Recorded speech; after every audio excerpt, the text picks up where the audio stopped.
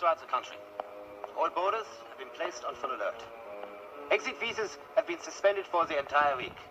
In addition, we have received assurances from our undercover agents in the West that our actions to date have gone completely undetected. All military leaves have been cancelled, and we have doubled the guard around Dr. Flamand. And finally, all systems are in readiness for deployment of the Polaris mine, just as you ordered, General Jack. Well done, von Horst. By Sunday, the entire NATO submarine fleet will be here on their maneuvers and completely vulnerable. Major Kumpler, what is the progress of our diversionary plan? The schedule for the cultural festival is now complete, Herr General. And you should be pleased to note that at your personal request, the Soviets have agreed to send their celebrated tenor, Vladimir Biletnikov. Well done, Herr Major. Then everything has gone according to the plan. Well, not exactly, mein General. The American, Leonard Bernstein, unfortunately has had to cancel.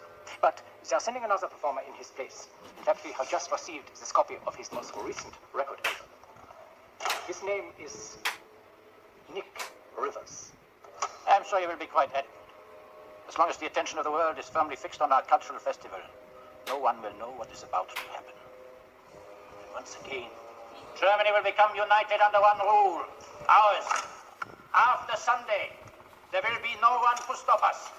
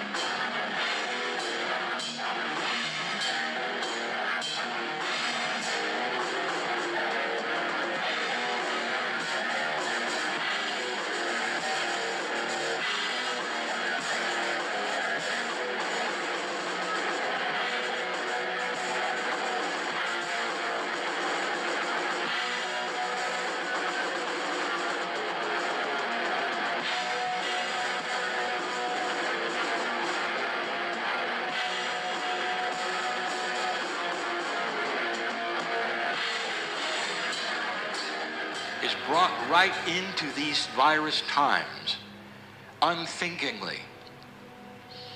There is a responsibility to your multimedia and that which is social and that which you call your news. There is a responsibility, and they are not aware of it.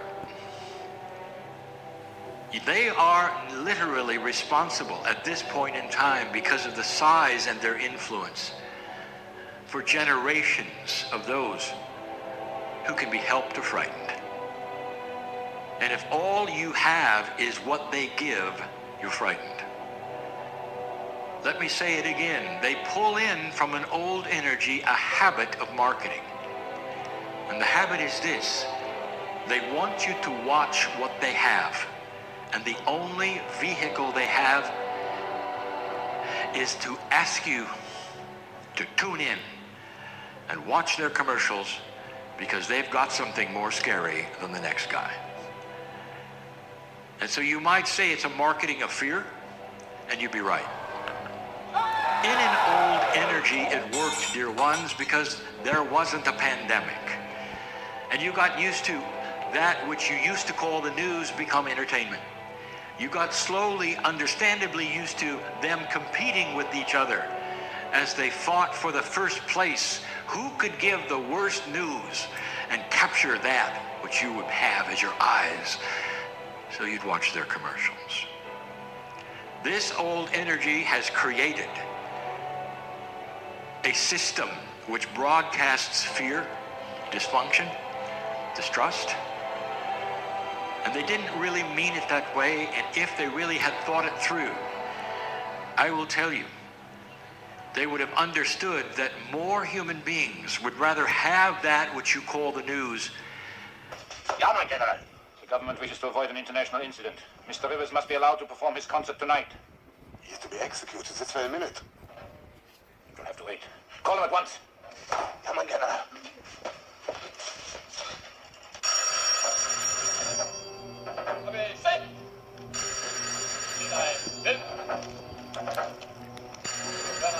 You're not aware of it because it's subtle.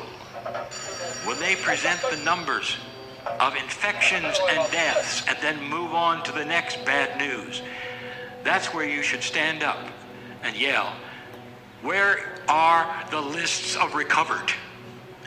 Where are the good news stories? Yeah.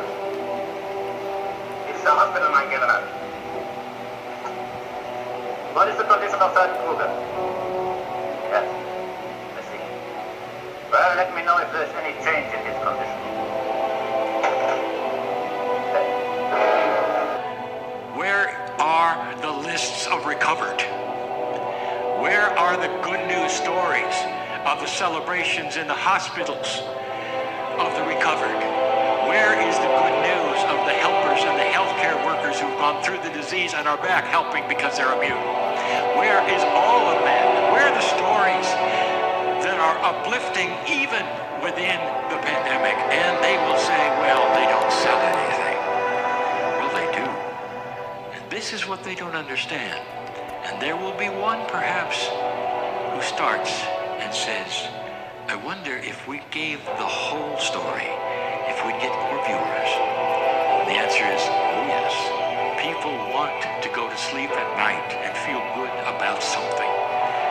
And there's always something that is beautiful and uplifting, even in the midst of the sorrow. And we're not talking about interviewing the relatives who've had their seniors pass. That's not uplifting. We're talking about looking into the stories that have come out of this pandemic, which are beautiful, rewarding, and uplifting. And they are there. So again, we say it is an opportunity for something to come through that never came through before and wouldn't come through, a full change in how media is presented to you, especially that which you call the news. It is only simply simmering right now as those are talking about it, as the criticisms of what they're doing to the planet are starting to heap upon them to the degree where there will be those who say, we're not watching you ever again until you change. And we're not going to watch your sponsors either, and we're going to tell them that. Until you give us the real story and all of it, we're not interested. Oh shit, son, I got the disciplinary files right here. Who dumped a whole truckload of fizzies into the swim meet? This year we're going to grab the bull by the balls and kick those punks off campus. What do you intend to do, sir? Delta's already on probation. They are? Yes, sir. Oh. Then as of this moment, they're on double secret probation. Thousands, if not hundreds, are starting to turn off the news. And they're going then to that which you call your internet, where they have a choice of the stories to read or not. Instead of having that presented to them that was been manipulated in fear, they get a chance then to read only the things that they choose. This is the free choice of humanity, and it's beginning, even in this country right now. A backlash expected against all of them. A finger pointing that says, you should have helped us instead of frightened us. As bad as it is, you made it worse. Unconscionable. You probably took more lives through suicide than even the virus may have taken. It was hard to watch, and you gave us nothing that was redeeming. Can you see, dear ones, how this pandemic might then change the consciousness of an enormous industry? How you get the news, what they say, as they start to study something they didn't expect. A change of consciousness that starts to want to see kindness on the news. A change of consciousness that wants to see compelling, uplifting things as a balance to those things which are always negative. There'll always be enough negative things to show. and they're starting to realize what they're missing. Watch for it. If not one, two, but watch for it. You'll see start of a change in how they present, and maybe even a new kind of channel. There's already something called Good News channels, but this will not be that. It will simply be renamed and restructured to include perhaps that which warms the hearts of those who listen. In addition to that which they already are all reporting, they will then compete for the best news on the planet. You think that is a joke? This is what I wanted to tell you in this blessing, in the opening of this meeting. That things are not always as they seem. You are being told that your economy is in shambles. It isn't. You're being told that not since the Depression have these numbers ever been the way they are. That's correct, but that was manufactured by having you stay home. Your factories were not bombed, the infrastructure is still there. If you don't believe it, I will tell you, the economy of the planet is a bit like a racehorse that is willing now to race when it hasn't been able to run for months. Not all countries are the same because their systems are very different, but this one, I'll give you some proof. Before you had the second wave, what did you see? When you thought you were coming out of it before the second wave, what did the stock market do? What was the performance? Now, the stock market in your country does not necessarily reflect what is, but what it wants to be. So it is a measure of intelligent hope. And it was starting to race forward. You were starting to see the factories come back. So products will go back on the shelves. You're starting to see them call back those who had no jobs. That's the infrastructure that is still there. There's a pruning going on. A pruning that says we're going to get rid of certain stores that never worked. We're going to change this that never worked and come out stronger and purer than we were before. Rather than economy in shambles, when this is over, I want you to watch and remember these words. A recovery that almost nobody predicted. And it's going to be an exciting one when you're free again to do what you always did. Only when you do it now, you'll have a different idea. That idea of what it's like to do something you didn't realize was so good. To be with people that you didn't realize is so good. A change of attitude. This planet needed this, dear ones. And so it is.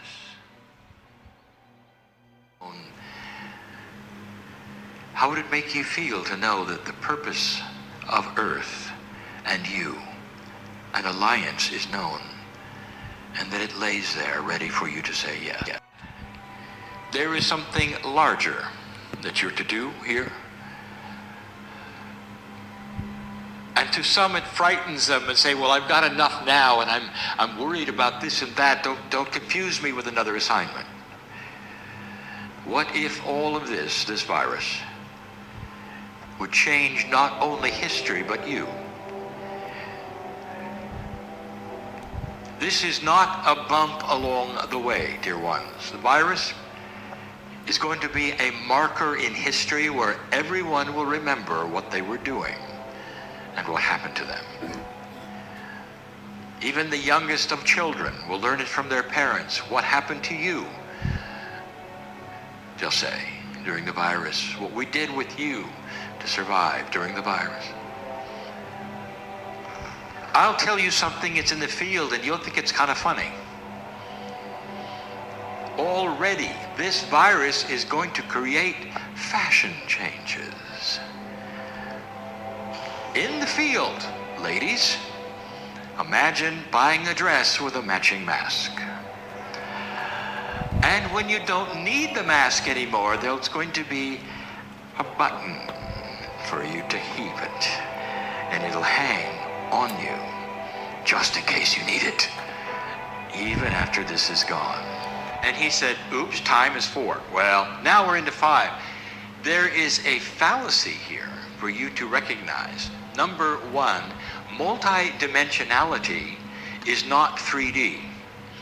We are in 4 of the multitudes, and so our perception is what we call ourselves. We say we are in 4D. We say 3, but we are in 4D. The reality, we are all sitting in all of the dimensions, and always have been. Consciousness then creates awareness.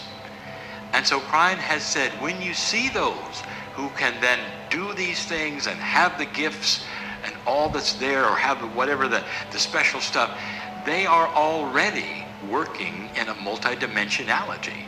And they are then using those things, and they're yours too. Why don't you then, Klein says, and, get with it. What has been presented so many times is that the evolution of consciousness truly is opening ourselves to the multidimensionality that we already have. And that now, in this time, there are tools, things are happening, the nodes and the nulls, that give allowance for this. And the thing that I always look at is the humanism of change often gets in the way, even for an old soul.